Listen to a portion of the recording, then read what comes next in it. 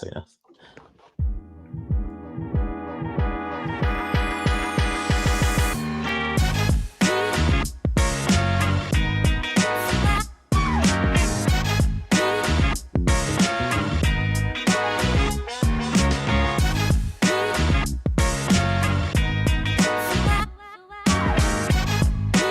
Welcome to the MLB Playoff Show, powered by the Bat X. I'm Jon Metler. No Derek Carty, but it's going to be me and Jingles here for a couple. We got 3 game threes, 3 elimination games. The Tigers in one of them, just an awful. I don't even know where I can start. I can start ranting so many times about AJ Hinch yesterday. That was just, I thought, awful managing. I mean, the pinch hitting for Riley Green was. I think that's kind of more debatable than people might make it, but not bringing in Troy Melton, the righty to face 3 lefties when Brant Herter's up with your left hit, that was crazy. And then he gives up the home runs to Brian Rocchio and Bo Naylor, the sluggers in the middle of that Guardians lineup. The worst lineup in baseball. Good morning to the chat. Chris, Milo, Will I Am, all you guys. I see all you guys. This is a great day. We're going to, Tom saying, wait on those parlays. Man, the Tiger, so we have the 4-leg. We hit the 4-leg parlay for game 1s. Game 2, I do it again. Tigers lose, so you just kind of stop paying attention. And then the other 3 hit. So they sell it right on the first leg, and then you go 3 for 4 on the rest. So Tigers must have been up on the expected win like wild, right? They'd stranded 12 guys on base, and I think that was by the 8th inning. 1 for 15 with runners in scoring position. Yeah, that's improbable. And I think they had. It was 5 or 6 innings in a row with 2 guys left on base. That was in a row. That was crazy. Man, we were talking about this before we came on air. If the Guardians win this series, the Tigers aren't much better. I'm going to be honest. They're my favorite team. But man, if the Guardians win this series, that's just a loss for baseball fans in my mind, because they're not a good team. They're going to go play the Mariners. The Mariners should kill them. Mariners should probably kill the Tigers too. Mariners caught a huge break playing the winner of this AL Central group. Tigers can't hit. The Guardians it's basically Columbus out there, their AAA lineup. So what do you think of the game 2's, Jingles? The Cleveland lineup is terrible. Losing to that offense is bad. There's nothing there, and we'll get to it. There's no one in that lineup except for J-Ram that you need to be worried about. Voit brought in a guy who's never played an MLB game to start in center field in an afternoon do-or-die game. That's crazy. That just shows you how bad that lineup is. And it's interesting just to see. Yeah, I think it's a cool story, but I think you just put a guy in a shitty spot with the sun. That guy could have ruined his career if that inning got out of hand and he's I lost it for my club. That guy could have been down in the dumps for a long time. And that's on, I think that's on management for sure. But the pitching props today are 9, 10, and 11 for all 6 guys. I don't know if it's overcorrected. I don't know. I don't want to assume that the market's wrong, but there are just some low numbers. And today's just a prime day for classic do or die over management, and we're going to see it, but who do we see it from?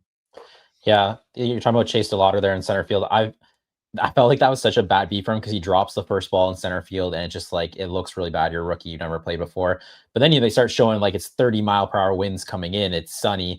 A bunch of the Tigers players looked not too comfortable catching some infield pop-ups. Yeah. You saw Jose Ramirez kind of miss one it went out of play, but he probably could have got it. So it looked really bad because it was the first play for him. But then once you saw everyone else trying to catch fly balls, you're probably not fair to the rookie there. That was obviously a tough play in your first play in Major League Baseball. Like you're saying, the pitching markets, it's going to be dicey, man. It's game 3. You never know what these managers are going to do. I think we're going to see some over-managing, a.k.a. AJ Hinch. But you got 2 bets for this Guardians-Tigers game. Slade Ciccone. We don't even know this guy's name the whole year. It's Ciccone. It's Ciccone. What is it, Ciccone? Yeah, it's Ciccone. Yeah. You got one for Slade Ciccone and Jose Ramirez. You want to break these down? Yes, let's go Ciccone. These numbers are so small. Let's go over 10.5 outs, -104. Numbers moving. Their 11.5s are good. Projects for 75 pitches and 13.75 outs from Derek and the Bat X. Last start with a lot on the line. He went 4 innings pitched and 75 pitches. We saw Tanner Bybee go 4.2. Saw Gavin Williams go 6. He was dealing. And the best 3 arms in the Cleveland bullpen have all thrown in back-to-back days, closers up to 50 pitches over 2 days. You got to get some innings out of Ciccone here, and he can get there. And I mean, they let Bybee kind of work through some things yesterday, and I'm hoping he does get that kind of same leash. But who knows, man? This is my issue today. I'm scared because of classic overmanagement, but I'm on this side. I'm on the over 10.5. We were laughing yesterday that the Zach Littell 11.5 was short. And I think he came one out. I think he was one out short of it. But 10.5 is a small number here. Yes, we got to get through an inning. Yes, we got to get a couple more outs. But let's go 4 innings here for Slade, who maybe, I mean, Gavin Williams, Bybee, and Ciccone, I kind of put them all in that same tier of there. So I don't think it's like, oh, we're going to our crappier pitcher here today. I think he's just as good as Williams and Bybee. And everybody there in the chat is talking about it. Let's go J-Ram for a walk, plus 150. 365 numbers there. The DK number at plus 125's there. I don't care if it was plus 200. I'm still getting on this bus. And Littell closed at 9.5. Thank you, JPC fourth. 150 here. I have a little on his 2 at plus 870, I believe, at the DraftKings number. There is only one bat in this Cleveland lineup that you need to avoid, and it's J-Ram. And he got walked 3 times yesterday, 1 time intentionally. And he's facing a guy who he's seen, Jack Flaherty, Nick Porto, I believe, on X was telling me, this is his third straight start for Flaherty versus this lineup, and we know that familiarity always leans to the side of the hitters. 2 starts ago, not his last start, Flaherty's, but 2 starts ago, he intentionally walked Ramirez, who finished that game with 3 walks. So don't pitch to J-Ram. Don't do it today. I love the plus 150, even if that number does move. I think an elimination game adds more to it. So let's go. J-Ram walks, and you even said, hey, one of those 5-second ones, Johnny, where you're like, ooh, that's a good bet once you see it. So I hope that translates. I feel like that's one of those, because you guys have attacked the walk market throughout the regular season. I was thinking about that. I was actually thinking about that with Jose Ramirez when I was at Comerica Park a couple weeks ago, and they intentionally walked him. And I was like, I wonder if those divisional games you would catch edges on the walk market, because there's so much scar tissue of the Tigers and Jose Ramirez, and he's burned them so many times. Or like other players, like when you're facing in division versus, the Mariners, maybe they don't walk Jose Ramirez. They don't really have much history against him, but like you're saying there with Jack Flaherty, like, Jack Flaherty's given up 2 home runs to Jose Ramirez. There's no one else in this lineup. Like, I feel like that kind of angle plays where it's the divisional, right? Let's pitch to Kyle Manzardo. Like that's the technique right there. Yeah. So I totally like it. Once you put that, I was like, yeah, that's a great play. And he might not even, like you said, he might just be intentionally walked. Like he might not even have to fight for a walk here. It cost me a unit yesterday hitting his 1.5 over hits, runs, RBIs. You're like, come on. He kept walking. Yeah. Yeah. All right. I have one money line play. This is my best bet on the money line today. And I'm going with the Boston Red Sox at plus 151. Where were you when Aaron Boone overmanaged his bullpen and lost his job as Yankees manager? Because I think that's what's going to happen tonight. You got 2 rookies on the mound. Conley Early is starting for the Red Sox, and Cam Schlittler for the Yankees. They always talk about sports betting. There's losses, or you can lose takes some things away from your losses. Like a month ago, we bet against the Red Sox, and it was supposed to be Dustin May on the mound. And then Conley Early got called up, started the game. I ended up watching it just because we had the bet on the Athletics, and he punched out 11 guys. And you learn a lot about someone when you're, betting against them and stuff. And he does not give up, Conley Early, he does not give up home runs. Like, he has 100 innings pitched in the minors. He only has 5 home runs against him. You're in Yankee Stadium. The weather's really bad tonight. 4 home runs. It's just not like the ball should not travel in the air. So when you have someone who doesn't give up home runs, you're facing the Bronx Bombers, who kind of rely on the home run a lot for runs. I feel like the matchup plays. It's probably going to be a heavy bullpen game both ways. I love that Aroldis Chapman didn't pitch yesterday, and you have him fresh coming in today. And the flip side of that for the Yankees is they've thrown Devin Williams, Cruz, and Bednar 2 games in a row already. So this would be a 3rd straight game. I don't even know if they will throw. Is there fatigue, the familiarity factor? I feel like there's just a lot at play. I honestly, the producer Chris is going to hate this. The Yankees, to me at home, I don't see it as an advantage. They kind of remind me of the Toronto Maple Leafs, where I feel like there's so much pressure when you're playing at home not to lose, especially to the Boston Red Sox. plus 151. I think this should be closer to plus 130. So at that price, I'll take the Red Sox. Give me the Red Sox on the money line here. And we will now bounce back to Jingles for Oh two. God, no! I'm looking. Milo, who is maybe the most respected person in the chat, I think. If I had to give that award, it goes to Milo. I love everybody else, but Milo for sure. You mean 11.5 on Slade on the outs? I posted over 10.5, minus 104, 365 had that number. I just went, and now it's OTB. So one of those things before the show. So I will go. Like I said, the 11.5s are fine. I'm seeing plus 110. Yes, I'm seeing plus 110. So I'll put Ciccone at 11.5 plus 110 because that's the only available number now. As we just see books right now, we're saying like the J-Ram stuff off the board. Books just on a day that isn't like any other day. It's kind of panic time in terms of offerings and what's up there. So let's go. Steve B with you on the Bo Sox. I would go, if I'm going money line early too, on Detroit. I like Boston there.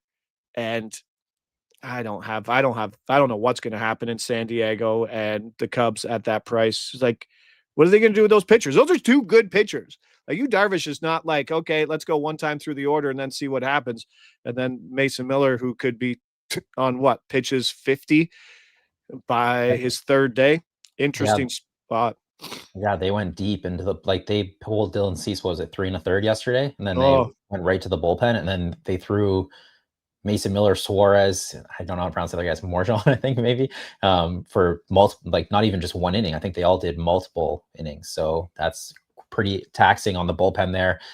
Yeah, that's interesting. I have an opinion on it in a little bit here. You're going to go Jameson Taillon. You got two props for Jameson Taillon. You want to break those down? Yeah, let's go. I was going to scrap it, but then I'm like, it's too small. Let's go plus money, over 9.5 outs. Get into the fourth. Plus money, less risk. I get it. Another projection. Like Derek's projected everybody for about 75 pitches, 13.89 outs. Could move to 10.5 as some books are there. He's an efficient pitcher too. And the bullpen has arms, but you're not going Savali and Wicks in this game. You got 5 strong arms. So give me 4 innings of your starter here in Jameson Taillon. Imanaga, 4 innings pitched in the piggyback role. Boyd went 4.1 innings pitched. Matthew Boyd and Jameson Taillon, I don't really see a giant difference between in terms of their tier on that rotation. So 9.5 is small. I know there's lots of people saying that, but it could go south too.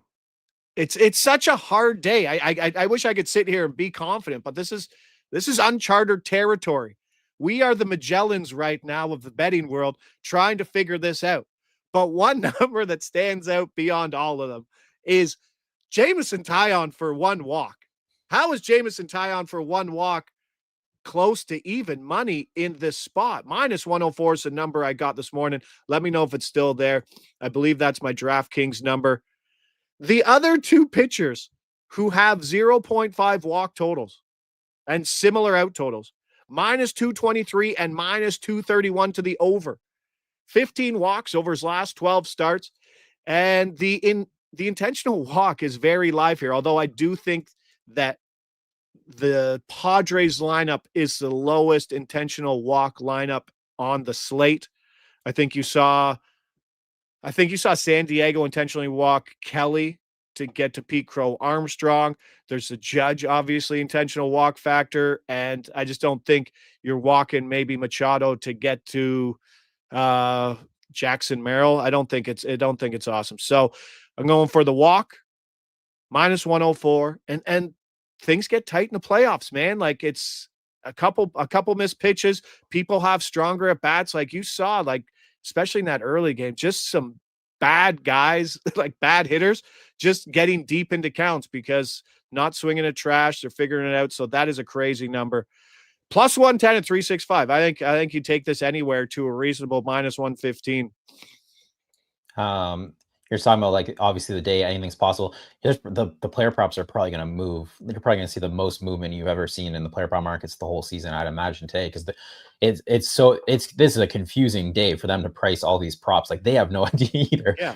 We're trying to find edges. We're pricing them for them, obviously. Yeah, basically, we're coming in and we're helping them out because they you can't throw, like, obviously when you're doing a regular season, you have so much historical data behind all these props, but like this is just such a unique scenario. It's just one of those, the managers are going to go way off kill. Like they're not, it's going to be hard to predict. So you're seeing these prices move like in all these, like these out markets, like 11.5 to 9.5 to 10.5. Like I feel like all these props are going to be all over the place. That's kind of what you expect on it. This honestly creates fun scenarios. Honestly, if you're looking, this is one of those, like, you could maybe hit a long shot parlay because the prices could be pretty far off in some spots depending on that.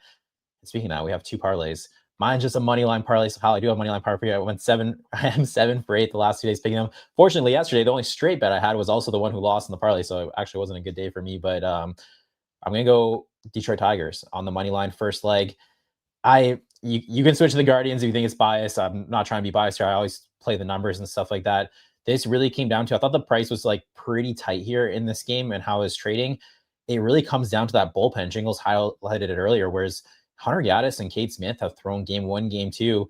And Cade Smith, he came out yesterday for the 9th inning for the Guardians, and I was actually kind of shocked because it was 6-1. I mean, I know you're facing elimination. You don't want to blow the game. I think every Tigers fan at that point felt like the game was already over, and they worked him. He had 30 plus pitches and he threw 1 1/3 innings yesterday. I was kind of shocked they let him do that, especially on the second day. So like now you come into a 3rd day in a row, you have the familiarity, the fatigue. Are they even going to throw? Those are their 2 best bullpen arms. If Gaddis and Cade Smith, say the Guardians blow the Tigers yesterday, neither of them throw, I honestly probably take the Guardians today in game 3, but I'm not too sure about that bullpen for the Guardians. So I'm going to roll with the Tigers here. Also like that Will Vest didn't pitch yesterday for the Tigers. Cubs, it's kind of the same thing. Taillon's interesting. So Jameson Taillon is a pitcher we picked on the whole year for the home run market.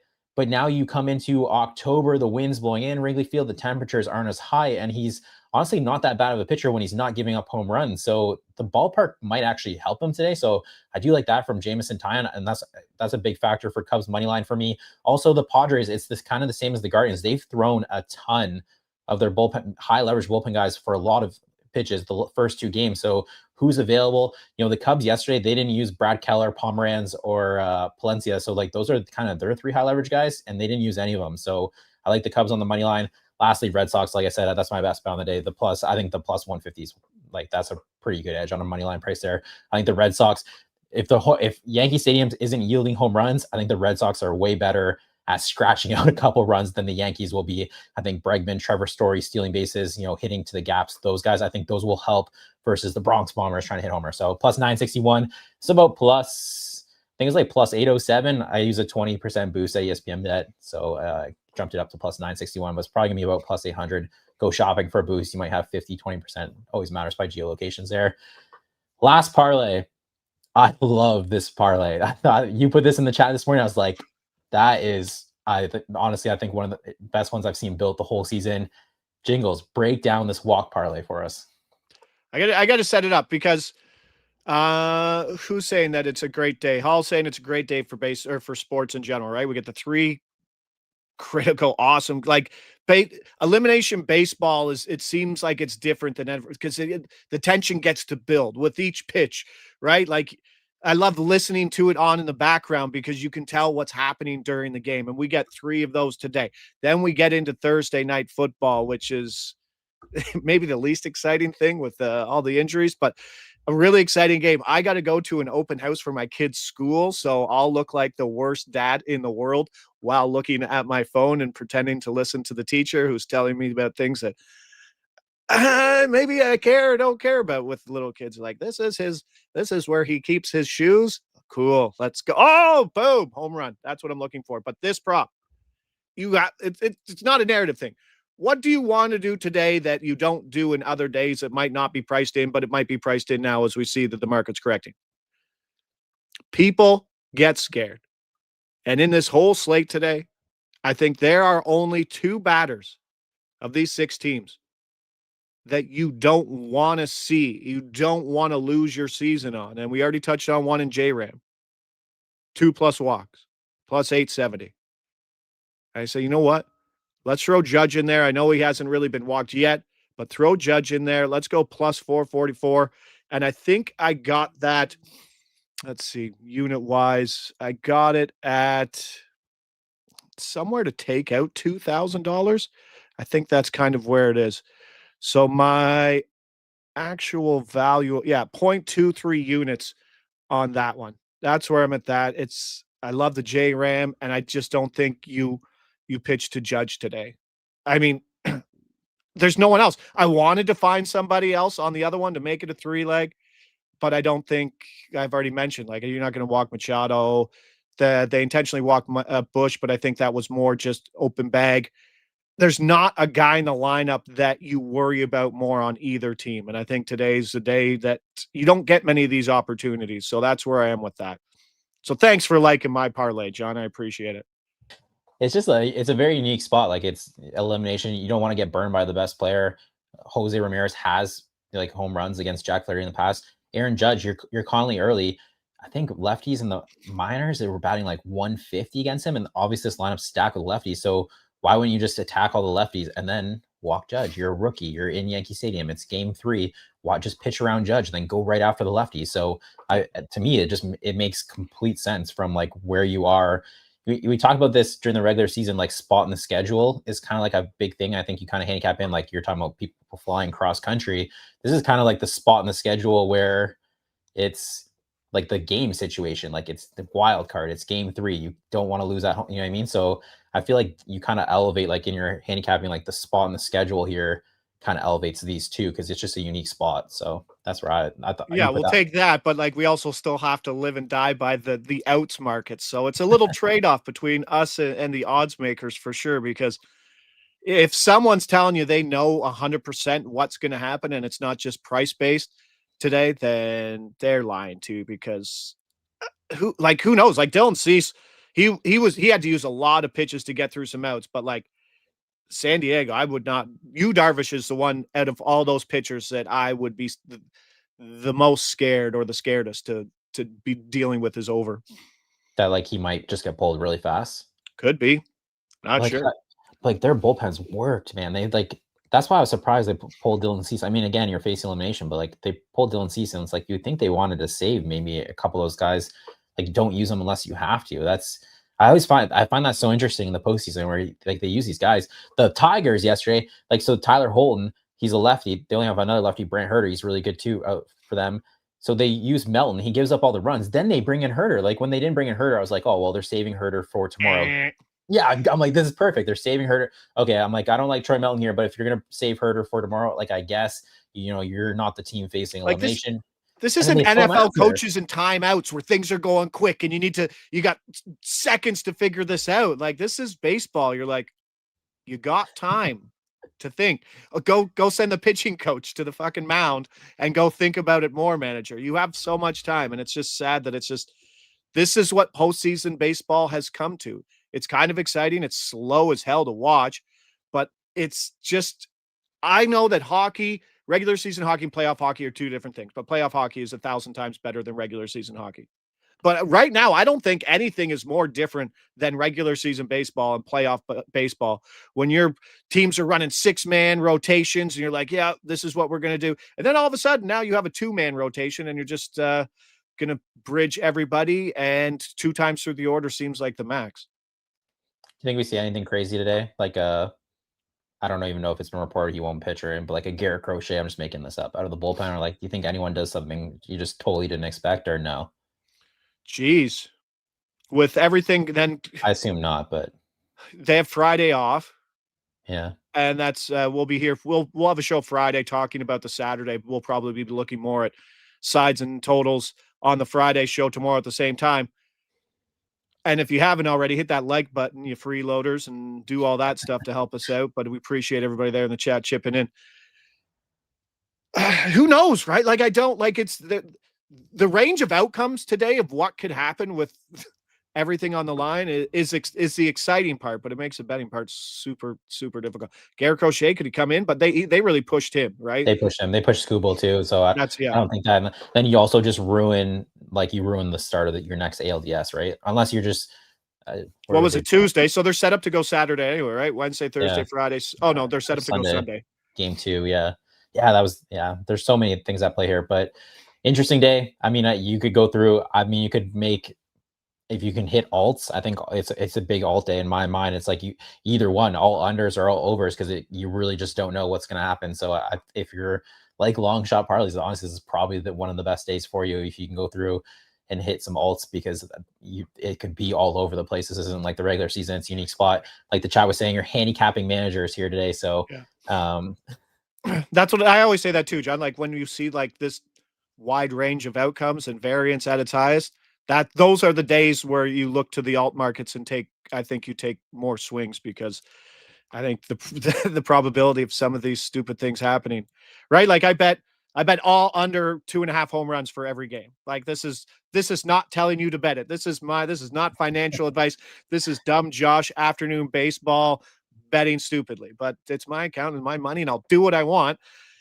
All games under 2.5 home runs. I bet every pitcher over their outs as well today, just because those numbers were so low. But that's what the change in market. That's why I did that, right? Like I think there's a better chance that it happens, but I don't know.